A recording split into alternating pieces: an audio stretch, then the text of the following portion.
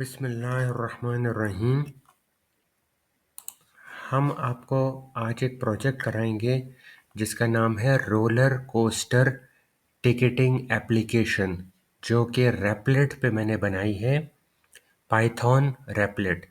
रैपलेट basically अगर आप 3 रैपलेट्स बनाएंगे तो वो आपको फ्री मिलेगा, और अगर आप सब्सक्राइब करने की पेमेंट करने की ज़रूरत नहीं है। पुराना वाला रैपलेट डिलीट करें या अपडेट कर लें और उस पे ये कोडिंग बनाएं। ठीक है। अच्छा, अब देखें।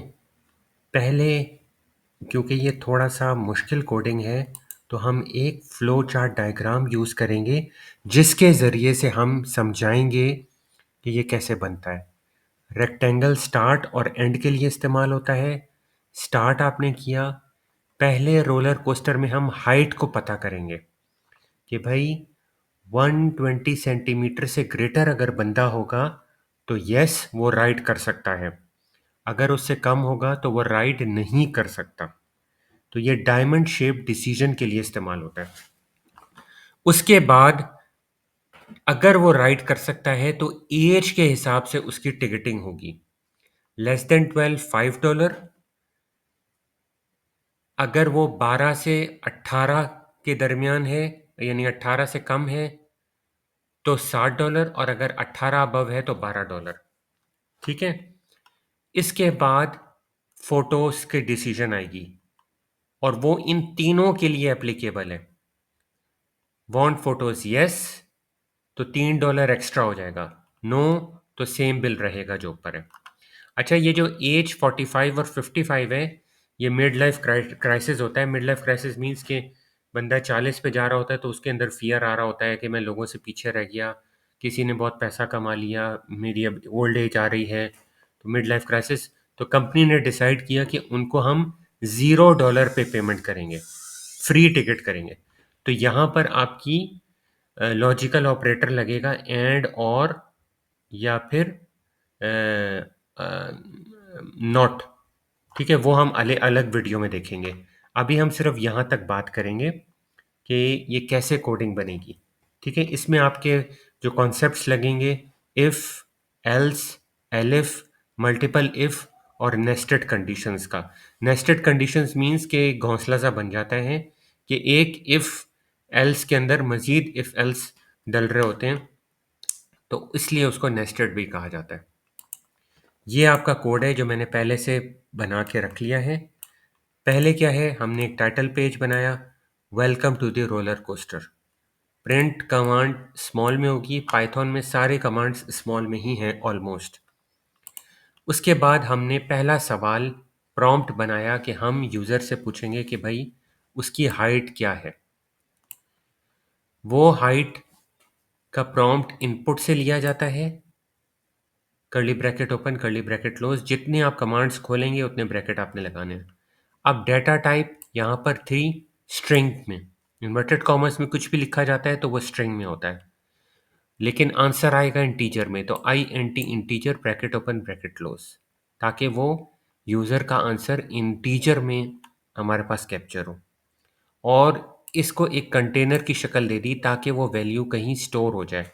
तो ये कंटेनर है, एक वेरिएबल है जहाँ पर वैल्यू स्टोर हो रही है, और वेरिएबल का नाम भी स्मॉल लेटर्स में होता है, और जो प्रॉम्प्ट होता है, जो पर्पस होता है, उसी हिसाब से उसका नाम लिखा जाता है।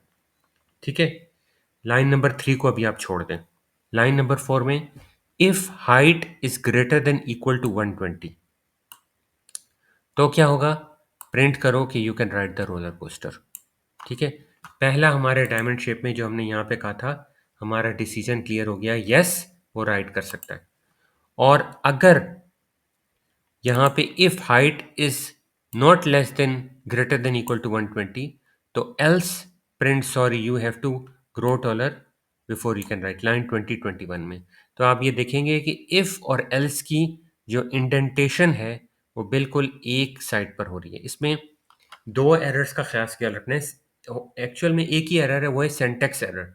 सिंटैक्स एरर में इंडेंटेशन एरर भी आता है, सिंटैक्स एरर में स्पेलिंग मिस्टेक्स भी आ सकती हैं, फॉर्मेटिंग के इश्यूज भी आ सकते हैं। जैसे मैं लिख दूँ मिसाल के तौर पे प्रिंट की जो कमांड है ना, यहाँ पे मैं लिख दूँ PRIINT, तो स्पेलिंग मिस्टेक हो गई, तो ये सिंटैक्स एरर आ जाएगा। ठीक है, इसी तरह ये आपका इंडेंटेशन एरर होता है स्पेसिंग का, इफ और एल्स। अब इफ और एल्स की कंडीशन हो गई, अब बाकी कंडीशंस इसी के अंदर आ रही हैं, यानी वो इंडिपेंडेंट नहीं है। वो इफ अगर उसकी हाइट बड़ी होगी तो फिर बाकी सवालात किए जाएंगे। तो यहाँ मल्टीपल कंडीशंस आ रही हैं, नेस्ट हो रही हैं इसके अंदर। ठीक है, तो दूसरा सवाल था एज का। अगेन प्रॉम्प्ट दिया इनपुट के थ्रू, वैल्यू हमारी नंबर्स में आनी थी तो आईएनटी लगाया, और जो भी वैल्यू आनी थी उसके पर्पस के हिसाब से उसका एक कंटेनर बना लिया।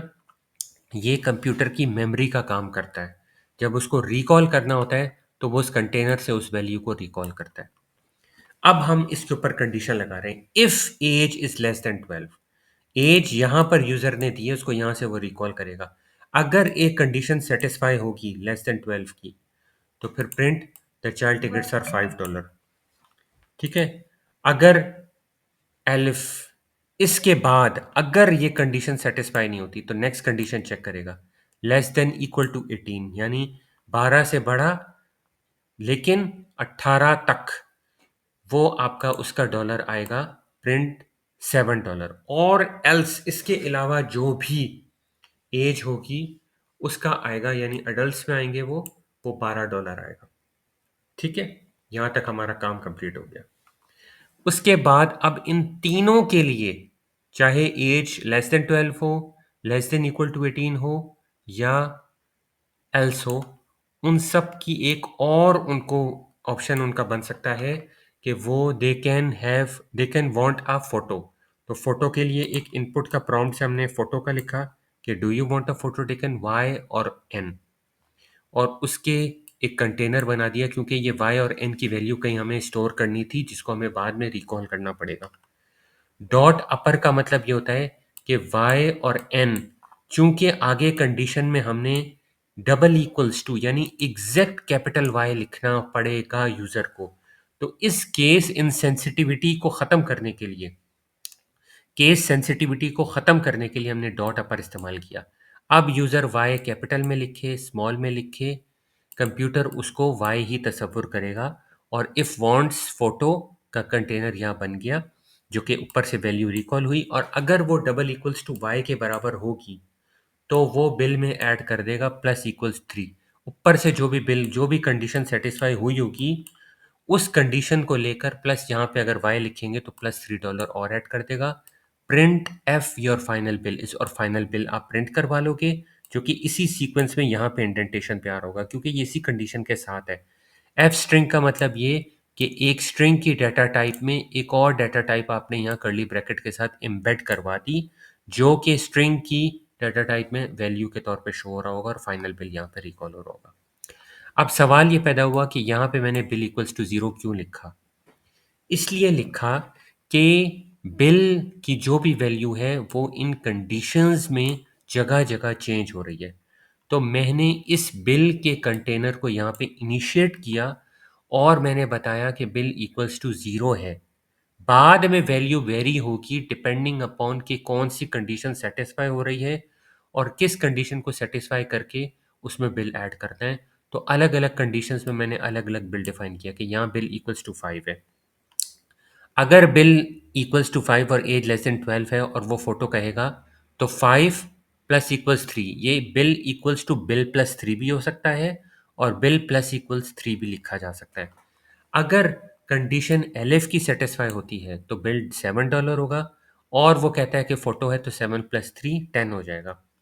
इसी तरह अगर $12 है, अडल्ट है, तो 12 प्लस 3 15 हो जाएगा। और अगर मैं यहाँ पे ये नहीं लिखता तो ख़तरा है कि मेरे बिल की जो वैल्यू है वो कंप्यूटर गलत उठा सकता है, क्योंकि उसको एक्चुअल में इनिशिएटिंग वैल्यू नहीं मिलेगी कि कहाँ से इनिशिएट करना है। तो हमने बताया कि बिल ज़रूर है, डिफरेंट डिफरेंट बिल के कैलकुलेशन निकलेगी, लेकिन वो स्टार्ट यहाँ से हो रहा है जहाँ पे 0 है, वो कंटेनर डिफाइन हो गया। अब वो आगे बता रहा है कि अगर लेस देन है तो 12 है, अगर लेस देन इक्वल टू 18 है तो 7 है, अगर इक्वल्स टू 12 है तो फिर ये है। ये अगर आप ना भी लिखें तो चांसेस है कि आंसर आपका ठीक आ जाएगा, क्योंकि यहाँ पे बिल 5 बताया जा रहा है और आगे अगर ये वाला येस कहेगा तो 5+3 हो जाएगा।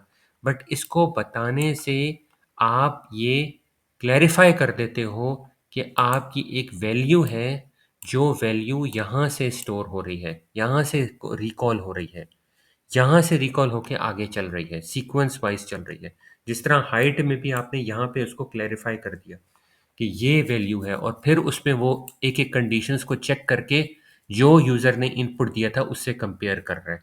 तो इसलिए बताया जाता है there could be a chance of error. इसलिए पहले हम कंटेनर को डिफाइन करके फिर उसके बाद कंडीशन के हिसाब से अलग अलग वैल्यूज़ को लेते हैं। ठीक है, और यहाँ पे इंडेंटेशन एक ही यहाँ पे आ रही है, इफ़ और एल्स के अंदर ये सारा फीड हुआ है। अब हम यहाँ पे इसको रन दबाएंगे।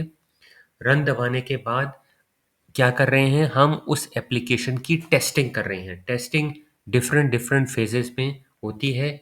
यहाँ पर हम एज्यूम करते हैं कि एंड यूज़र को हमने कस्टमर को एप्लीकेशन बना के दी है, अब वो एंड यूज़र को टेस्टिंग में हमने शामिल किया है। उससे पहले टेस्ट स्क्रिप्ट्स बन रहे होते हैं, जिसे टेस्ट केसेस भी कहा जाता है। उन केसेस के बेसिस के ऊपर एक एक कंडीशन क्या ये ट्रू हो रही है यहाँ पर चेक किया जाता है। 120 सेंटीमीटर से अगर मैं अबव लिखूंगा तो ये आंसर आएगा। अगर मैं 120 से कम लिखूंगा तो डायरेक्ट एल्स वाली कंडीशन सेटिस्फाई हो जाएगी। अगर मैं एज लिखूंगा तो इतना बिल आएगा। अगर मैं इतनी एज लिखूंगा तो इतना बिल आएगा। अगर मैं इतनी एज लिखूंगा तो इतना बिल आएगा। अगर मैं एज के साथ फोटो को यस करूंगा तो ये आएगा। अगर मैं दूसरी एज के साथ फोटो को यस करूंगा तो ये टेस्टिंग होती है, उसके केसेस बनते हैं बेस्ड ऑन जो रिक्वायरमेंट आपने दी होती है, और एक एक केसेस को पास या फेल किया जाता है। इस तरह आप एप्लीकेशन की टेस्टिंग करते हो। तो यहाँ पर एज मैंने लिखी 19। अगर मैंने यहाँ 19 लिखी तो 19 का मतलब ये हो गया कि मेरा ये वाली कंडीशन सेटिस्फाई हो रही है कि मैं अडल्ट हूँ जिसकी प्राइस $12 है। अब यहाँ पर केस इंसेंसिविटी अगर मैं स्मॉल में भी लिखूंगा तो वो उसको एक्सेप्ट कर लेगा और $15 दे देगा। ठीक है जी। तो आपका ये बिल्कुल प्रोग्राम ठीक है। सिंटैक्स एरर का ख्याल रखना है, उसी के अंदर इंडेंटेशन एरर का ख्याल रखना है, इफ़ एल्स के अंदर जो जो कंडीशंस आएंगी उनका ख्याल रखना है। एफ स्ट्रिंग का आपको बता दिया, प्रिंट वगैरह, और ये जो कंटेनर्स हैं और ये जो डाटा टाइप्स हैं, दो डाटा टाइप्स, एक स्ट्रिंग और एक इंटीजर को हमने यहाँ पे क्लैरिफाई कर लिया। वेरिएबल को इनिशिएट, कंटेनर को इनिशिएट कब करना है वो बता दिया, और फ्लो डायग्राम का आपको बता दिया। होपफुली आपको सारी बात समझ में आ जाएगी। फिर भी अगर समझ में ना आए, प्रैक्टिस करें, तो मुझे आप कमेंट बॉक्स में क्वेश्चन पूछ सकते हैं। चैनल को लाइक, सब्सक्राइब, वीडियो को करना नहीं भूलिएगा। Thank you very much.